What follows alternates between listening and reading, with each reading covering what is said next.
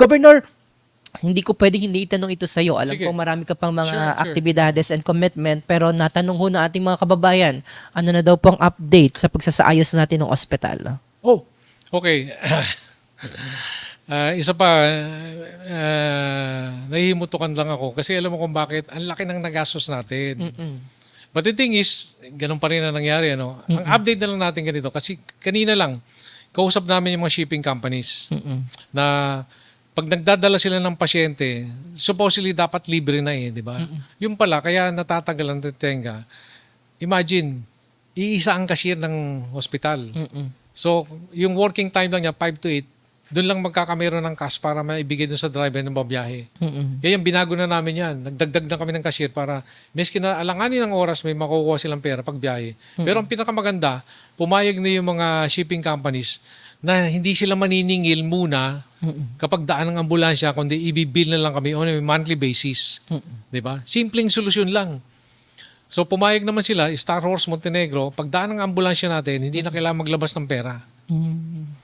Yun ang umpisan. Aantayin na lang yung MOA para magkameron ng agreement. At least, mararamdaman na natin ng mga tao natin yan. So, yun Ngayon, po. yung improvement naman ng hospital, inilapit ko na rin kay Secretary Ted yan. Sabi ko, Secretary Ted, alam mo, nadismaya ako sa hospital. Pinagmamalaki natin. Pero ito, pangit pakinggan. Papunta raw sa level 2. Ano nangyari? May bago kang hospital, yung kitchen. Pag bumaha, hanggang tuhod, level 2 ang baha. I mean, that's bad, di ba? So, sabi ko, bigyan mo lang ako ng bagong hospital. Secretary Ted, integrated. I will integrate the wards. Kasi kalat-kalat eh. Di ba nakita mo? Pumunta ka na, meron doon, meron dyan, meron dito, meron sa likod. So, kaya na sabi ko rin, nagdagdag na rin kami ng nurses, staff. We're trying to find out ano yung nagiging problema dyan. We found out na supply ng ating gamot. Maraming dumadating hindi natin kailangan. Kasi may supply contract doon sa nakalipas. At yung kailangan natin ng gamot, yun ang wala. Totoo. Kaya yung mga tao nagrereklamo. Pero don't worry.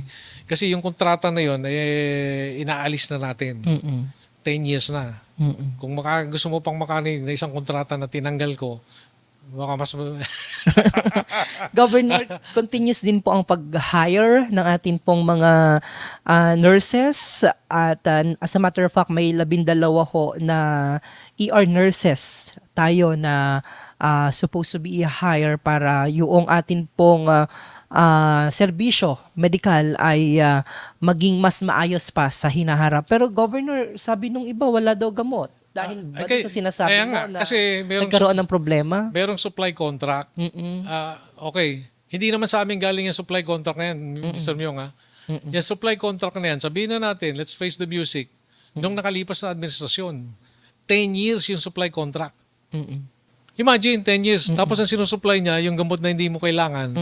At yung kailangan mo, yun ang halos wala. Kaya ang nangyayari dito ngayon, ang ordering natin ng mga gamot is coming from the doctors na. Hindi yung dating, yan ang masama yung supply driven.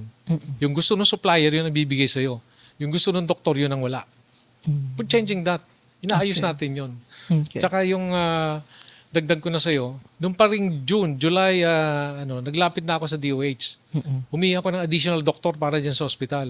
Nangako naman sila, Secretary Ted sa akin, sabi niya, bibigyan ka namin ng 5 doktor. Unfortunately, Gob, you have to make pila. Sabi ko, my God, sana noon pa pumila na.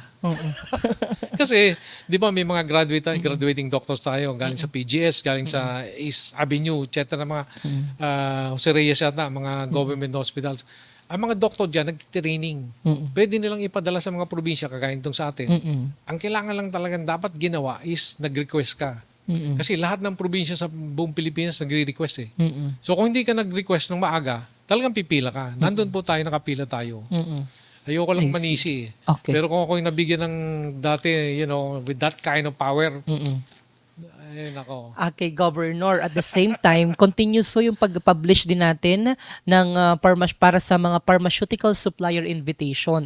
Para yung problema ho natin as regards sa medicine stock ay ma-resolve. And hopefully, we're looking forward kasi hindi naman po syempre titigil doon kapag ikaw ay may sakit, kailangan talaga ng gamot.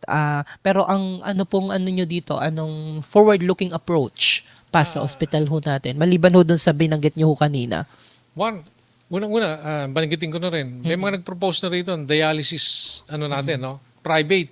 Sila nang gagawa ng building, magbabayad pa sila ng rental dito sa lote nila. Para makatulong kasi alam nila, natenga yung dialysis na yun. Ang daming nakapila sa dialysis. So, that's one. Tsaka ina-upgrade na rin natin yung paglalagyan nila. Yan yung sinasabi ko sa iyo na binigyan nila ng pondo na ang pangit pag-usapan dito eh. Binigyan nila ng pondo na sabi ko, hindi ko matatanggap yan kasi ang laki-laki ng budget mo pero hindi operational. Ang gusto ko, pag binigay mo sa akin yan, magiging operational yung binibigay mo na building.